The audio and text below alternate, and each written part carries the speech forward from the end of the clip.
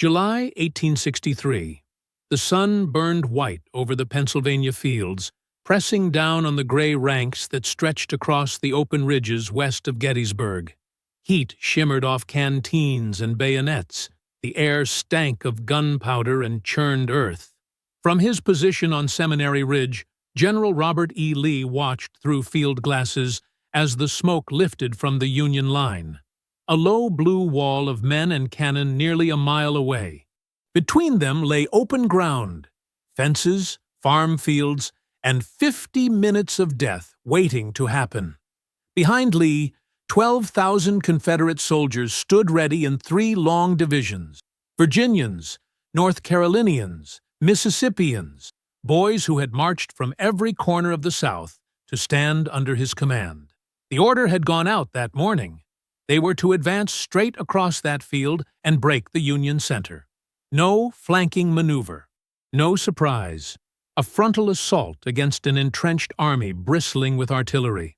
To the men waiting in the heat, it sounded like suicide. To Lee, it sounded like destiny.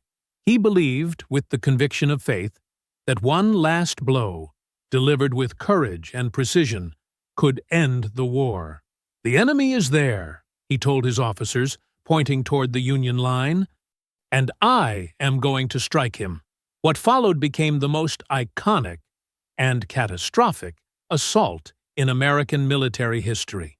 In less than an hour, the Confederate charge would collapse under a storm of canister shot and musket fire, leaving 6,000 men dead, wounded, or missing. It was not merely the turning point of the Battle of Gettysburg. It was the turning point of the entire war, the moment when Lee's faith in valor met the hard mathematics of industrial firepower.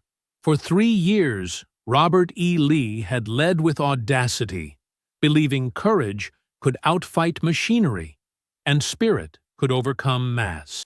Gettysburg would prove otherwise. Those 50 minutes on that Pennsylvania field did more than decide a battle. They ended an era. The romantic vision of war, born in the age of Napoleon, died that afternoon beneath the thunder of rifled guns. Robert E. Lee did not believe in defensive wars. He believed in faith, in will, in the transcendent power of human courage to overcome material odds. From the moment he assumed command of the Army of Northern Virginia, that conviction shaped every decision he made, and, for a time, it seemed divinely justified. Lee's creed was born from 2 worlds, the classroom and the church. At West Point, he was trained in the doctrines of Napoleon, the belief that audacity and moral force could multiply an army's strength. The French emperor's legacy still dominated military thought in the mid-19th century. Victory, the theory held, belonged not to the side with the most men or the most guns, but to the one with the most momentum. War was movement, and movement required faith. Lee took that lesson as gospel. His victories in Virginia, the 7 Days, Second Manassas, Fredericksburg, and Chancellorsville reinforced it at every turn. When he attacked, he won. When he waited, he lost time. But Lee's belief in the offensive was also moral, not just tactical. He was a deeply religious man, one who saw his army's struggle as the trial of a nation chosen for suffering. He wrote to his wife that the outcome of battle lay in God's hands, yet he never interpreted that as an excuse for passivity. Divine will, to Lee, favored those who acted. Inaction was faithlessness. Duty, he once said, is the sublimest word in the English language. Duty meant motion toward the enemy, toward the test, toward the will of Providence. By 1863, this philosophy had made Lee a legend. Newspapers across the South called him the Christian general, the American Napoleon. His soldiers worshipped him with a kind of awe usually reserved for prophets. They spoke his name with reverence around campfires, believing that his calm presence could will them through impossible odds. He returned their devotion with trust. "There never were such men," he said of them. "They will go anywhere and do anything if properly led." The relationship was circular. Their faith in him fed his faith in them, creating a spiritual engine that drove the Confederacy's most dazzling victories. At Fredericksburg, in December 1862, that engine seemed unstoppable. Union troops charged uphill again and again into a storm of Confederate musketry. 14 assaults failed. When the sun set, the field below Marye's Heights was carpeted with blue. Lee, watching from his ridge, remarked to an aide, "It is well that war is so terrible. Otherwise we should grow too fond of it." That comment revealed both the thrill and the danger in his thinking. To Lee, war was an instrument of testing, a crucible through which courage and character were proven. Then came Chancellorsville in May 1863, his masterpiece. Outnumbered 2-1, Lee divided his army in the face of the enemy, sent Stonewall Jackson on a flank march, and crushed the Union's right. It was the purest expression of his creed. Audacity defeating arithmetic. The victory astonished Europe and terrified Washington. But Jackson's death, shot by his own men that same night, was more than personal tragedy. It removed the one subordinate who fully understood how to translate Lee's daring vision into action. The partnership of faith and execution was gone. Lee's confidence, however, only deepened. Chancellorsville had proven, in his mind, that aggression was divine favor made manifest. Now he intended to carry that momentum north. "We must destroy the enemy before he can concentrate," he told his staff. The invasion of Pennsylvania was not a reckless thrust. It was a strategic sermon. The Confederacy, starving for supplies and political recognition, needed a victory on northern soil to break the stalemate. Lee believed that one decisive battle could end the war, forcing the Union to negotiate. Behind that plan lay something larger, his conviction that wars are not won by resources alone. The North's factories, railroads, and manpower meant nothing if its armies lacked will. The South, he believed, could win by proving its superior spirit. In his mind, courage was a form of currency that could buy victory even when the treasury was empty. But courage, however sacred, could not change the physics of warfare. The tools of battle were evolving faster than Lee's faith could adapt. The rifled musket, the telegraph, the industrial supply line, all were transforming combat from art to science, from inspiration to calculation. Lee had not yet faced an enemy fully equipped and fully entrenched within this new order. Gettysburg would provide that reckoning. By the time his army crossed into Pennsylvania, Lee's confidence had become near absolute. His staff worried about his health, his fatigue, his over-reliance on intuition, but his will was immovable. The victories behind him had fused belief and destiny into one. To his men, it was enough to hear him say, "All is well." To Lee, that phrase meant something else entirely: the conviction that faith could still conquer fact. That creed, the gospel of the offensive, would march with him into Gettysburg. And before the week was over, it would lead 12,000 men across an open field toward history's most brutal lesson.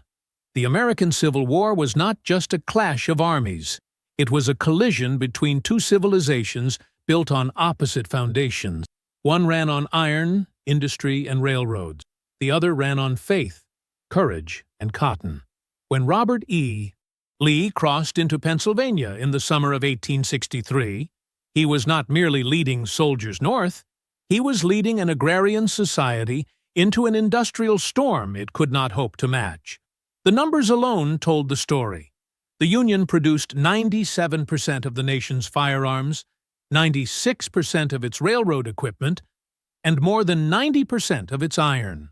In 1860, the North had over 100,000 factories. The South had fewer than 20,000, most small and rural. The North's foundries poured out rifled cannon, locomotives, and ironclads, while the Confederacy struggled to melt scrap iron into musket barrels. The Union operated over 20,000 miles of rail line, more than double the South's network, and had the rolling stock to move entire armies overnight.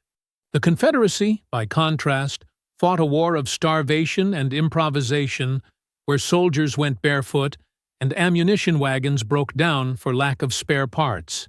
Every victory Lee won in Virginia masked a slow-motion collapse beneath him.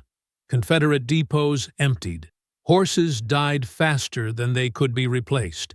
Gunpowder mills struggled to keep pace, mixing saltpeter imported through blockade runners who risked their lives for every barrel. Even the paper used for army orders became scarce. The Southern war machine had been built on the assumption that the war would be short. A single decisive campaign, not years of attrition. But by 1863, the Confederacy was running on borrowed time and captured materials. Lee understood this imbalance better than anyone. He was not blind to it. He was simply forced to gamble against it. His army's victories had come not from superiority of arms, but from unity of command and speed of movement. He struck before the North could coordinate its overwhelming strength. At Chancellorsville, this formula had worked perfectly. But as the Union matured under new leadership and learned from its defeats, that advantage was slipping away. By the time Lee's men marched into Pennsylvania, the Union had become a war engine. In Washington, the War Department's telegraph office pulsed day and night, linking generals in the field with the capital. Factories in Pittsburgh and Philadelphia ran around the clock, forging artillery and small arms in quantities the South could scarcely imagine. Union quartermasters could replace a regiment's rifles within days.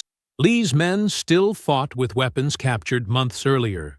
Even food became a weapon. The Union could feed armies by rail, while Confederate soldiers lived off scorched farms and dwindling hope. To Lee, these facts made victory in Virginia increasingly unsustainable. His home state had been fought over for 2 years. Its fields were trampled, its civilians exhausted. His army needed new ground to feed itself, new morale to justify its sacrifices. The solution, he decided, was to carry the war north, to live off enemy soil, relieve Virginia's suffering, and strike a psychological blow so powerful it might end the conflict outright. If he could win on Union ground, the political shock might force Lincoln to negotiate or even trigger foreign recognition from Britain or France. It was a strategy born not of arrogance, but necessity. In late June 1863, Lee's army crossed the Potomac River, 75,000 men, their boots worn and their uniforms ragged, marching north toward abundance. Pennsylvania's farms were lush with wheat, its barns filled with livestock. Confederate soldiers were astonished at the sight of fenced fields and fat cattle. To them, this land seemed inexhaustible. To Lee, it looked like opportunity itself. He believed that one great victory, the kind of blow Napoleon had delivered at Austerlitz, could end the war and secure the Confederacy's survival. Yet there was a contradiction at the heart of that vision. The very industrial might Lee sought to defeat had also made the Union Army different from the enemies he'd beaten before. These were not the raw recruits of 1861.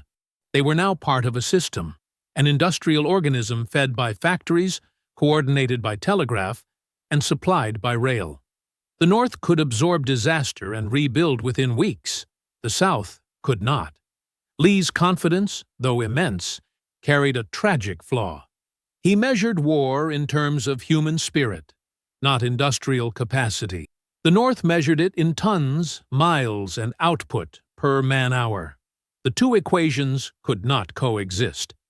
At Gettysburg, they would meet on a single sun-bleached field, and only one would prove sustainable. As the Confederate columns approached the Pennsylvania crossroads town, Lee believed his faith in courage could still outrun the enemy's machines.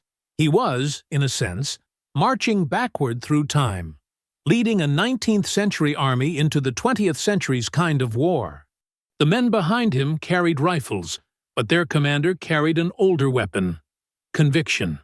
And conviction, for all its power, could not stop iron. To understand why Pickett's charge failed, you have to see the battlefield the way the generals saw it, not as a romantic landscape of courage and honor, but as a map of distances, elevations, and lines of fire. Gettysburg was not a valley of heroes. It was a mathematical trap. The town itself sat in a shallow bowl surrounded by ridges, Seminary Ridge to the west, Cemetery Ridge and Cemetery Hill to the east, and the rocky rise of Little Round Top guarding the southern flank. By the third day of the battle, the Union Army held the high ground in a long fishhook-shaped line that stretched nearly 3 miles. The Confederates occupied the opposite ridge, a mile away, facing them across open farmland broken only by fences and a few small clumps of trees. Between the two armies lay the deadly middle ground, the killing field that would soon earn its place in legend. From an engineer's perspective, Lee's position was a nightmare. His army was spread thin, his flanks had failed to break through on the first 2 days, and now he faced an enemy dug in on commanding heights. The Union position on Cemetery Ridge gave its defenders elevation, visibility, and interior lines. They could move reinforcements rapidly along the ridge by road or footpath. Every yard of open field before them could be raked by cannon or musket. It was, by any rational assessment, impregnable. But war in 1863 was no longer a matter of instinct alone. It was a matter of physics. The tools of combat had changed faster than doctrine. The smoothbore muskets of earlier wars, accurate only to 100 yards, had been replaced by rifled Springfield and Enfield rifles effective at 400 or more. Artillery batteries could fire explosive shells and canister that turned open ground into a furnace. A Confederate soldier advancing over that field could be hit from nearly half a mile away, long before he could fire a single shot in return. Lee, raised on Napoleonic warfare, still thought in terms of momentum and morale. Napoleon had taught that a decisive charge at the right point could shatter an enemy's line by sheer force of will. But by the mid-19th century, the rifle had quietly assassinated that doctrine. The firepower of a single regiment behind a stone wall could stop a brigade in the open. Courage no longer advanced faster than bullets. James Longstreet, Lee's trusted lieutenant, understood this better than anyone. On the night of July 2nd, after 2 days of bloody fighting, he pleaded with Lee to abandon the idea of another frontal assault. "General," he said, "I have been a soldier all my life. It is my opinion that no 15,000 men ever arrayed for battle can take that position." Lee listened in silence, then shook his head. The enemy's center was weak, he believed, battered by the previous day's assaults and vulnerable to one sharp blow. "The enemy is there," Lee replied, pointing toward Cemetery Ridge, "and I am going to strike him." At dawn, the preparations began. Confederate artillery, nearly 140 guns, were hauled into position along Seminary Ridge, their barrels aimed across the mile-wide expanse toward the Union center. The plan was simple and elegant in theory. A massive bombardment would smash the Union guns, demoralize the defenders, and clear the way for an infantry assault that would drive through the breach. Once the Union center collapsed, Lee's army could sweep through the gap and roll up the remaining lines. The simplicity of the plan made it seductive and deadly. Yet even in its conception, cracks appeared. Confederate gunners lacked enough shells to sustain a long bombardment, and many of their fuses were unreliable, exploding too late or too soon. Smoke from their own cannon would obscure visibility, making it impossible to judge whether the fire was effective. Most dangerously, the artillery batteries were firing uphill at a hidden target, a problem Lee's own experience as an engineer should have made him wary of. Across the field, Union guns waited in silence. Their commander, General Henry Hunt, ordered his artillery to hold fire until the Confederate barrage peaked, conserving ammunition and luring the enemy into overconfidence. When the counterfire came, it would be devastatingly precise. The battlefield, in essence, had become a laboratory, an open experiment in the new science of war. Elevation, range, fuse timing, and powder weight mattered as much as bravery or leadership. And while Lee's faith still rested on the intangible qualities of courage and morale, the field before him was governed by cold geometry. By early afternoon, the Confederate guns opened fire. The ground shook for nearly 2 hours as cannon thundered from ridge to ridge, filling the air with smoke so dense it turned day to dusk. Lee, hearing the roar, believed his plan was working. He thought the Union line was breaking, its guns silenced. In truth, most of his shells were overshooting their targets, exploding harmlessly in the rear. When the guns finally fell silent, the field seemed calm again, deceptively so. The smoke drifted east, revealing the long, empty slope between the armies. To Lee, it looked like opportunity. To Longstreet, it looked like a grave. That mile of open farmland, perfectly flat and exposed under a merciless sun, would become the proving ground for every theory Lee held dear. His faith in courage, his trust in the offensive, his belief in divine favor, all would be tested in that measured distance between two ridges. It was not a battlefield. It was an equation, and by day's end, it would be solved in blood. The order came at 3 o'clock. Across the Confederate line on Seminary Ridge, officers raised their swords and shouted for the men to advance. The artillery fire had ceased.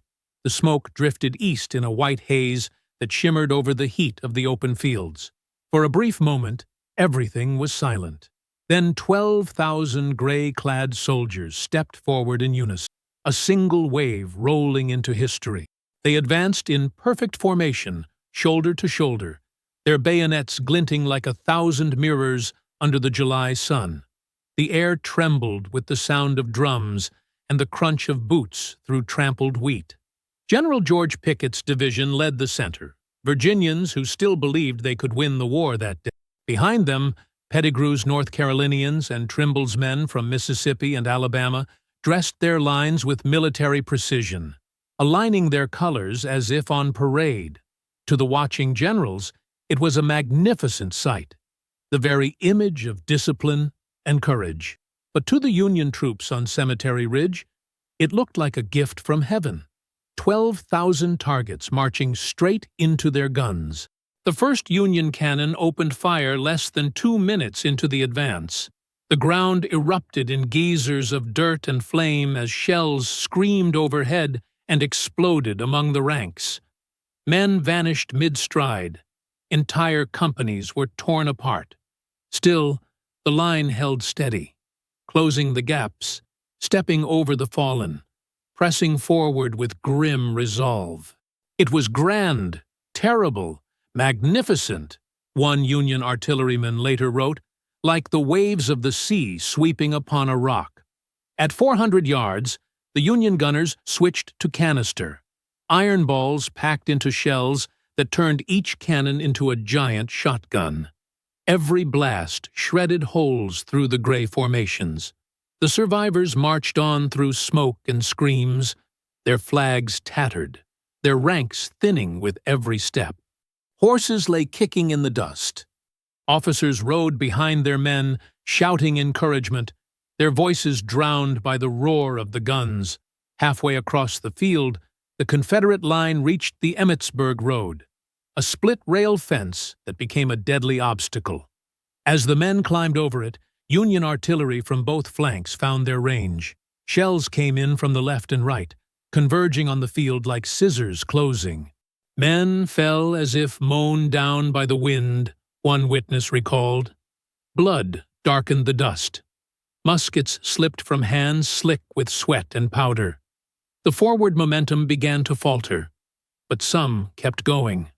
Pickett's Virginians, their banners still raised, pressed toward the center of the Union line, a low stone wall near a small clump of trees that would later be called the Angle. Union infantry waited behind that wall with leveled musket, 2 ranks deep. When the Confederates came within 70 yards, the order was given to fire.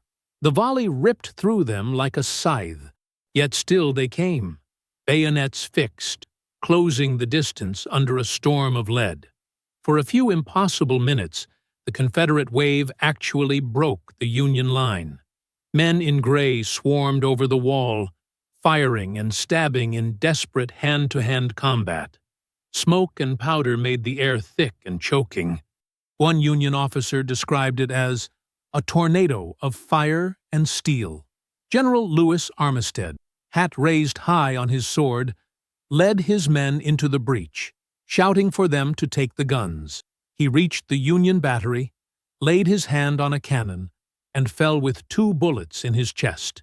That moment, that brief, shining moment when the Confederate flag stood on the enemy's guns, was the high water mark of the rebellion.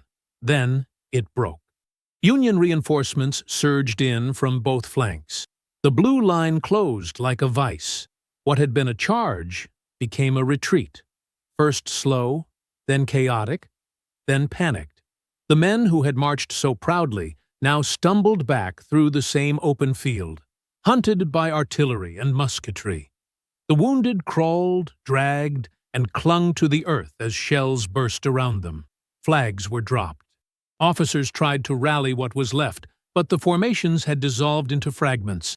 The entire attack, from the first step to the last retreat, had lasted less than 50 minutes. In that span, nearly half of Lee's assault force was killed, wounded, or captured.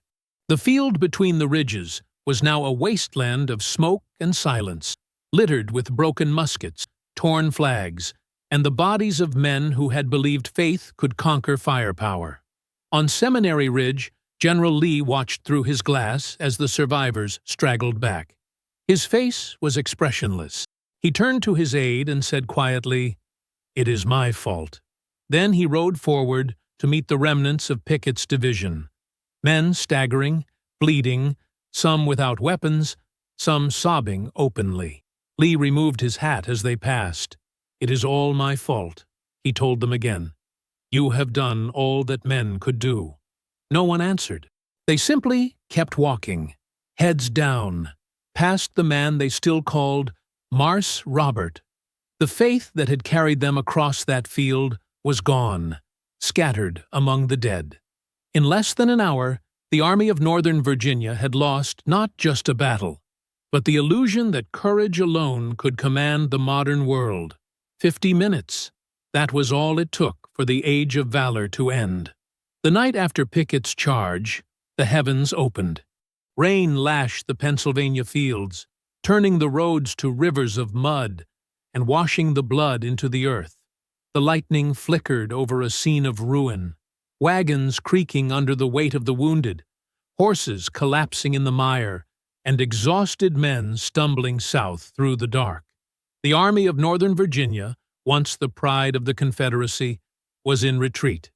Its long campaign of triumph and faith had ended in silence, smoke, and defeat. Robert E. Lee rode among the wreckage, hat-brim dripping, his gray uniform soaked and streaked with mud. He stopped wherever men gathered, speaking softly, his voice calm but edged with weariness. "It is all my fault," he repeated, again and again. He took the blame publicly, without excuses or anger. To his soldiers, that humility was unbearable. They wanted to believe he was still infallible. Yet, even as they bowed to him, something sacred had broken. The invincible aura of Marse Robert had faded in the rain. The scale of the disaster was staggering. Of the 12,000 men who had marched across that field, more than 6,000 were gone, dead, wounded, or captured. Many of the wounded would die along the retreat, jolted over miles of rutted roads in wagons without springs or medical supplies. The army as a whole had lost nearly a third of its strength at Gettysburg. Its artillery had burned through most of its ammunition. Its cavalry was scattered. Even its leadership was shaken. Division commanders killed or incapacitated, staff officers missing. The army that had once moved like a single living creature now limped home in fragments. Lee's composure through those days was remarkable, but not invulnerable. His staff noted how he aged almost visibly, lines deepening, shoulders stooping, his eyes hollowed by fatigue. He spoke little, But his silence carried a new gravity. For the first time, he understood that his faith in moral force had reached its limit. At Gettysburg, courage had not failed. Obedience had not faltered. His army had done everything he had asked of it. And still, the Union line had held. The problem, he now realized, was not the men. It was the age. The Union army that faced him at Gettysburg was not the frightened rabble of 1861. It was an industrial organism, equipped, coordinated, and supplied with mathematical precision. Telegraph lines carried orders in minutes. Railways moved reinforcements and rations with mechanical regularity. Behind every Union soldier stood a factory, a foundry, and a payroll clerk. Lee's army, for all its courage, had nothing behind it but hunger and faith. The retreat took 10 days. Rain and swollen rivers slowed the movement south. The wagon trains carrying the wounded stretched for miles, guarded by cavalry skirmishing constantly with Union pursuit. Men collapsed by the roadside, too weak to continue. Some begged to be left behind. Lee refused to abandon them, ordering every wounded man brought home, no matter how slow it made the march. When he finally crossed the Potomac back into Virginia, he removed his hat and bowed his head. "Thank God," he said quietly, "we have made it home." But home was no longer a refuge. Virginia had been stripped bare by war. Its farms were ruined, its roads impassable. The Confederate government in Richmond could send little in the way of supplies. Lee's army dug in behind the Rapidan River and waited, hungry, wet, and silent. The aura of victory that had carried them since 1862 was gone, replaced by the grim patience of men who now knew the war would not end quickly, and might not end well. News of the defeat spread through the South like smoke. Newspapers tried to soften the blow, calling Gettysburg a repulse or a draw, but the truth seeped out in letters home. The casualty lists were too long to disguise.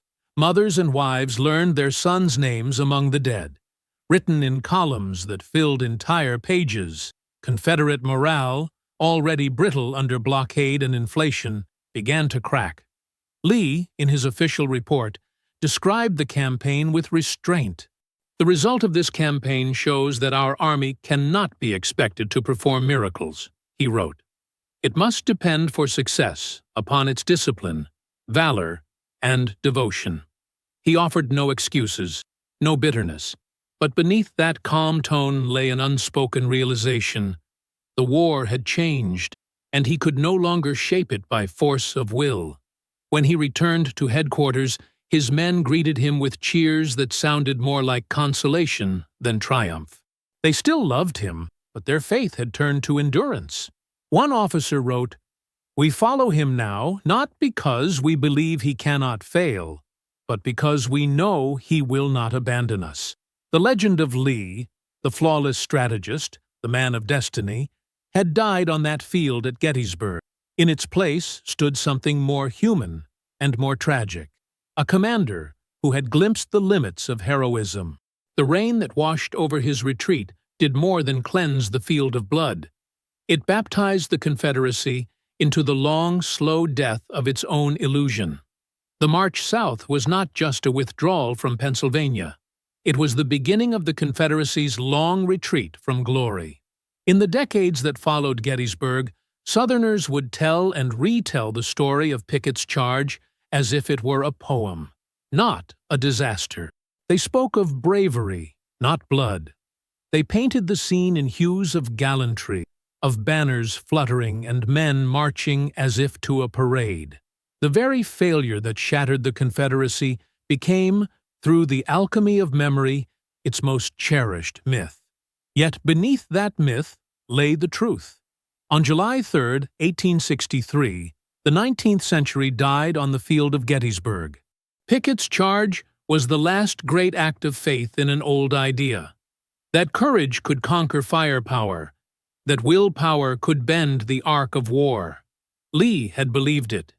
His men had lived and died by it. But the world that emerged from those 50 minutes belonged not to saints or heroes, but to engineers, quartermasters, and gunners who could calculate range to the yard.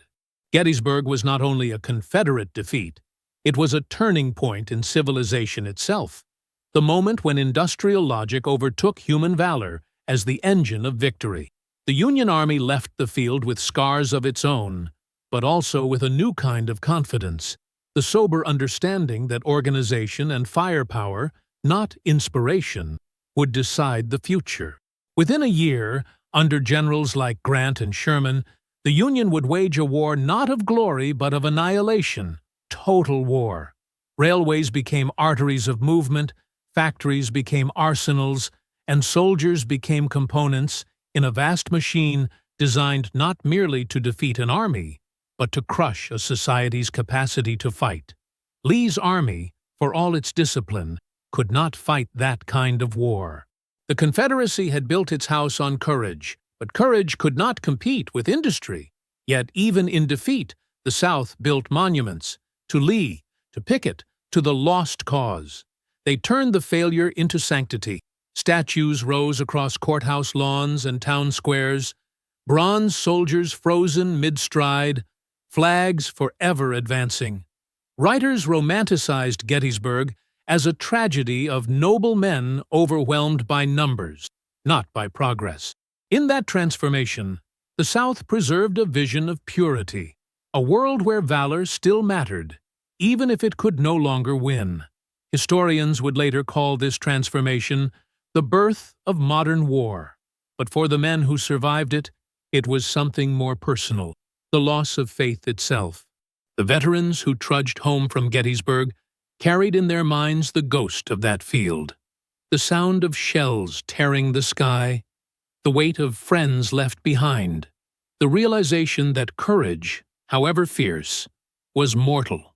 They returned to farms stripped bare, to families half-starved, to a nation that would never rise again. Their loyalty remained, but it had changed form. It was no longer the devotion of believers, it was the endurance of survivors. And yet, in a paradox as old as war, their defeat gave rise to a new mythology, one that shaped Southern identity for generations. The lost cause narrative recast the Confederacy's failure as a kind of moral victory. Lee became its high priest, calm, Christian, unbroken by loss. Pickett's charge, stripped of blood and screams, became an emblem of gallantry. It allowed a defeated people to hold on to dignity by transforming catastrophe into legend. But history, stripped of sentiment, tells a harsher story. Pickett's charge was not a tragic accident. It was the inevitable collision between an old world that believed in glory and a new one that measured death in tonnage and trajectory. From that field of ruin, the modern age rose, the age of trench lines, machine guns, and artillery barrages measured by the minute. The lesson of Gettysburg echoed decades later at Verdun, the Somme, and Okinawa. Courage alone could no longer win a war. Technology had become the new tyrant. Yet, for all that, one truth remained undeniable. The men who walked across that field on July 3rd did not die for myth. They died for belief. Belief in their leader, in their cause, in the enduring power of human will. History would prove them wrong, but never irrelevant. Their march marked the end of one world and the birth of another.